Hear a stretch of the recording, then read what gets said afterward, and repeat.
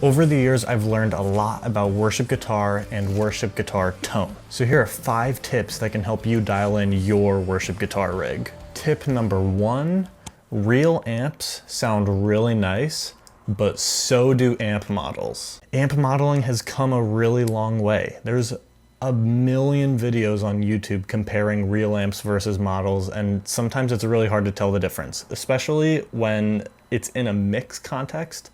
It's really hard to tell a difference. Another benefit of using amp models is that it reduces stage noise tremendously, so you can crank up your virtual amp as loud as you want and the audience isn't gonna hear it. Here's what my Line 6 HX Stomp Patch sounds like, which is an amp model, which I'm selling, and you can reach out to me via my email or my website in the description below if you want this patch.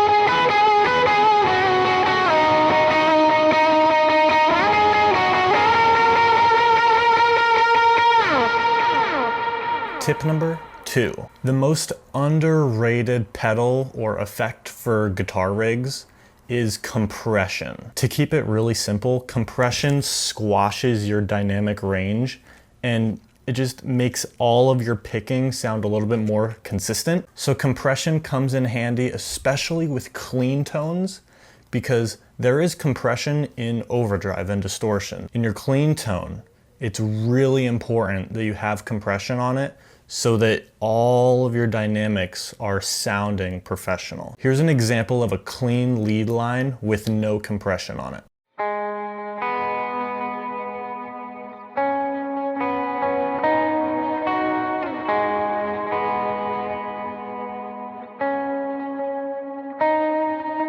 And here's the same lead line with compression.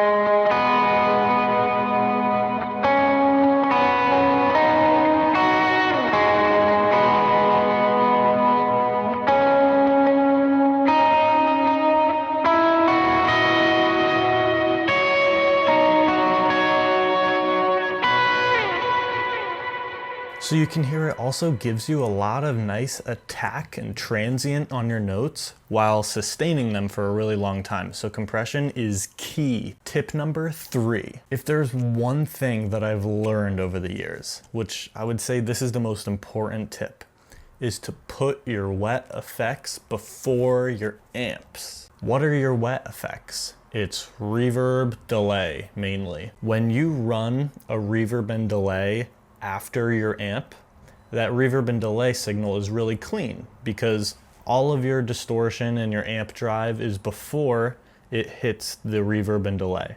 So the reverb and delay is very clean. That's not what we're going for. We're going for a really gritty, rocky tone.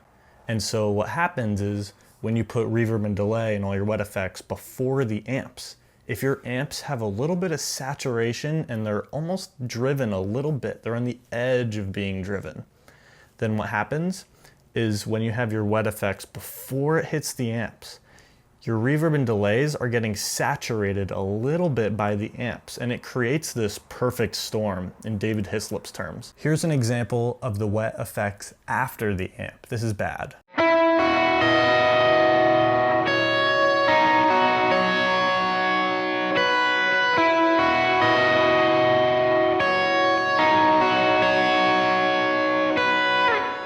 And here is what it sounds like with your wet effects before the amp. This is what we want.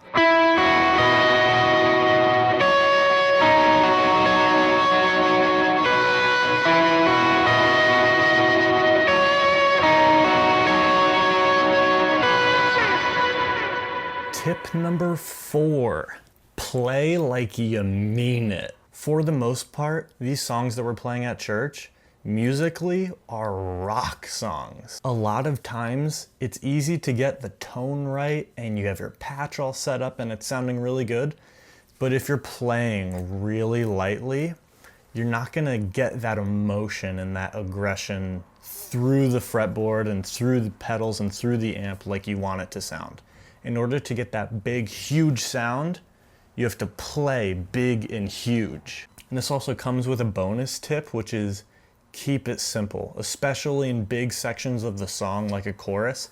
Keep it simple. So in this example, I'll play you something that a lot of the times I'll play during a chorus, which is just the 1 and the 5 of the key, and that's it. Here's an example with playing with not a lot of grit.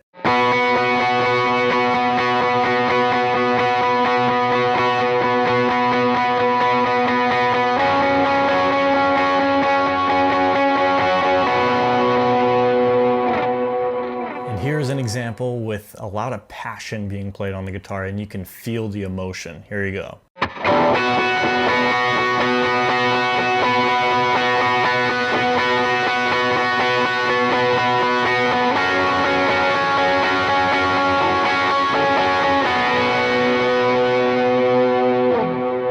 And the final tip number 5 is stereo.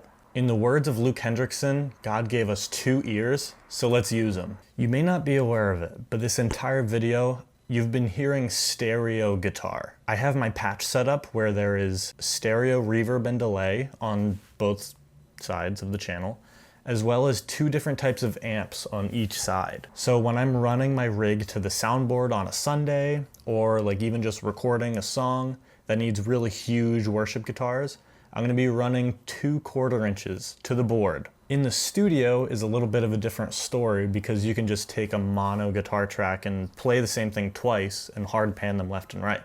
That would essentially be doing a similar thing, but with live guitar, because it's happening in the moment and there's maybe only one of us on stage playing guitar, you need a stereo rig so that you can have that huge wide sound, because if you only have one channel, it's not going to be huge and wide, it's just going to sound right in the middle. Here's what mono sounds like.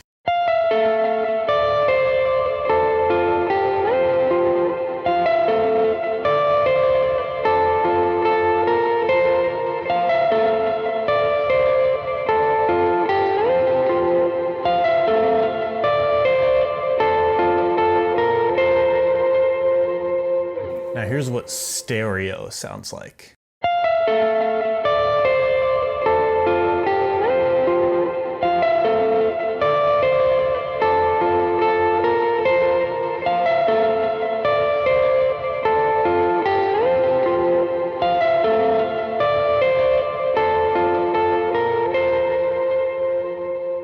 So I hope these tips helped you guys. These are just a couple things, like I mentioned, I've learned over the years playing guitar week in and week out. If there's anything that I missed, please let me know in the comments. If there's anything you liked, let me know. Feel free to hit the subscribe button, and I'll see you in the next video. Thanks.